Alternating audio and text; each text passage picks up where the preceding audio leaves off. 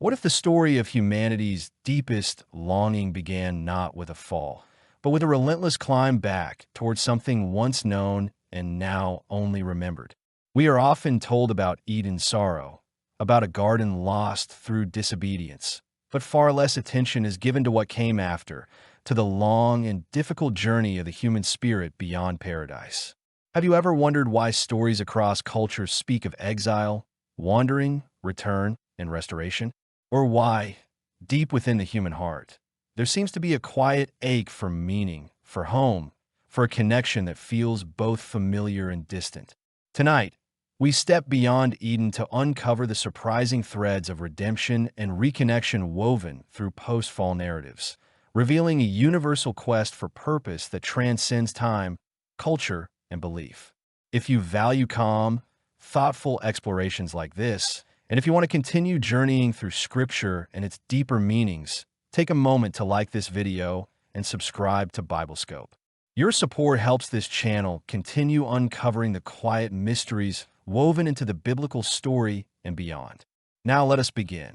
The opening chapters of Genesis present Eden not merely as a location, but as a condition of existence.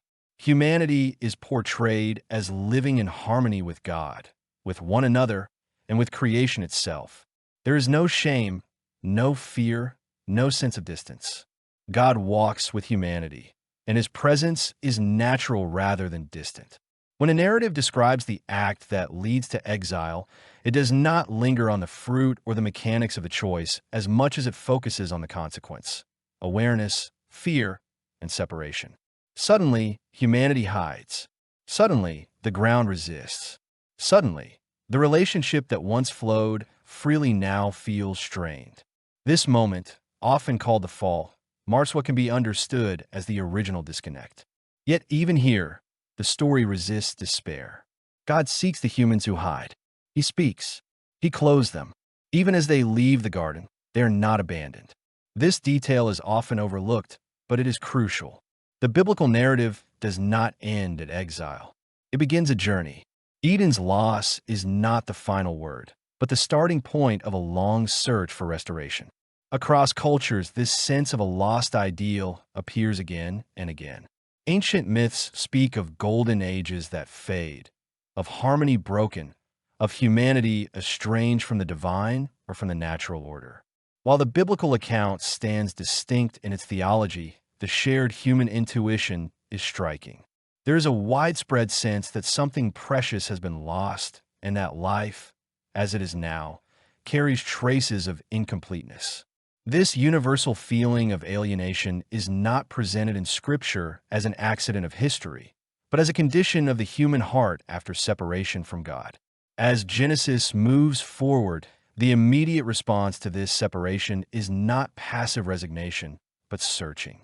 Cain and Abel bring offerings, an act that suggests a desire to approach God, to be seen and accepted. Though the story ends tragically, the impulse itself reveals something essential. Humanity, even in brokenness, reaches upward. This reaching continues with Noah, whose obedience leads to preservation and covenant. God promises never again to destroy the earth in such a way, placing a sign in the sky as a reminder. Covenant becomes a key theme, a bridge across the divide. With Abraham, the journey becomes more defined. God calls one man to leave what is familiar and walk toward an unseen promise. This calling is not merely geographical. It is spiritual. Abraham's life becomes a pattern of trust amid uncertainty. He does not return to Eden, but he walks with God beyond it. The promise given to him extends beyond personal blessing. Through him, all nations will be blessed. This is a quiet but powerful expansion of the post-fall journey. Restoration is not limited to one people or place. It is outward-facing, inclusive in scope. Throughout the Hebrew Scriptures, this pattern continues. The law given through Moses is not simply a list of rules, but a framework for living in right relationship with God and others. Justice, mercy, and faithfulness are emphasized again and again. When Israel fails, as they often do, the prophets rise to call them back. Their words are sharp, but their purpose is restorative. They speak of return, of healing, of hearts renewed. The prophets do not deny the reality of exile, whether physical or spiritual, but they insist it is not permanent. Point. One of the most profound expressions of this hope appears in the prophetic promise of a new covenant. God speaks of writing his law not on stone, but on human hearts. This imagery suggests an intimacy that recalls Eden, yet moves beyond it. The relationship is no longer defined by location or ritual alone, but by inward transformation. The post-fall journey is not a simple reversal to the past. It is a movement forward into something deeper. Within the Bible itself, we see stories that echo this journey on a personal scale. The parable of the prodigal son, spoken by Jesus, captures the essence of exile and return. The son leaves home, squanders his inheritance, and finds himself hungry and alone. His turning point is not fear of punishment, but remembrance. He remembers his father's house. When he returns, he is met not with rejection, but with embrace. This story resonates so deeply because it mirrors the human condition. Separation leads to longing, and longing leads to the hope of return. When a New Testament speaks of redemption, it does so in a language of reconciliation. Humanity is described as being brought near, as having access restored. Jesus is presented as the one who bridges the divide, who embodies God's presence among humanity. In Christian understanding, the journey beyond Eden finds its fulfillment here, not through human effort alone, but through divine initiative. The cross and resurrection are portrayed not merely as historical events, but as cosmic acts of restoration. Yet even as Christianity offers a specific theological resolution, the broader human search continues to echo similar themes. Other spiritual traditions, while differing in doctrine, also wrestle with separation and reconnection. Some speak of enlightenment, others of harmony, others of return to a true self. From an investigative perspective, these parallels do not flatten differences or merge beliefs. Instead, they highlight a shared human awareness of brokenness and a shared hope for wholeness. Scripture itself acknowledges that God has placed eternity in the human heart, a sense of the beyond that drives inquiry and longing.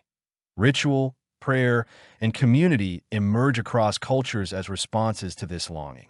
In the biblical narrative, sacrifice is an early expression of desire for reconciliation. Over time, it becomes clear that God desires more than ritual alone. He seeks hearts aligned with justice and mercy. This emphasis reveals God's character. He is not appeased by formality. He seeks relationship. Humanity, in turn, learns that reconnection is not merely about correct action, but about transformed orientation. As history progresses, the context changes, but the pattern remains. In modern times, the language of exile and return appears in new forms. Literature, film, and personal development narratives often center on characters who feel disconnected, who leave something behind, and who journey toward integration or meaning. Science fiction imagines lost worlds and long voyages home. Psychology speaks of fragmentation and healing. Even in secular frameworks, the longing persists that in recent decades. Many describe themselves as spiritual but not religious. This phenomenon can be understood as another expression of the post-Eden journey. People seek connection without rigid structures, meaning without coercion. While this approach has its risks and limitations, it reflects a continued hunger for the transcendent. Technology and global communication have expanded access to ideas, creating new forms of spiritual exploration and community. Yet the fundamental questions remain unchanged. Who are we? Why do we feel incomplete? What does restoration look like? From a biblical perspective, these questions find their deepest answers in God's ongoing pursuit of humanity. The narrative from Genesis to Revelation moves from garden to city, from innocence to wisdom, from separation to communion. The final vision is not a return to Eden as it was, but a renewed creation where God dwells with humanity. The tree of life appears again, not guarded, but freely accessible. This suggests that the journey beyond Eden was not a detour, but part of a larger story. What does this reveal about God? It reveals a God who does not abandon his creation when it falters. A God who walks with humanity through history, adapting his communication, inviting response, offering grace. It reveals patience, faithfulness, and a desire for restored relationship rather than mere obedience. What does this reveal about humanity? It reveals vulnerability, yes, but also resilience. Humans fall, wander, and forget, yet they also remember, seek, and hope. The persistent quest for meaning is not a flaw to be erased, but a signal of something real. It points beyond survival towards significance.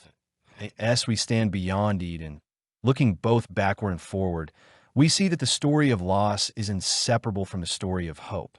Separation gives rise to seeking. Exile gives rise to journey. The universal spiritual journey is not uniform in expression, but it is consistent in direction.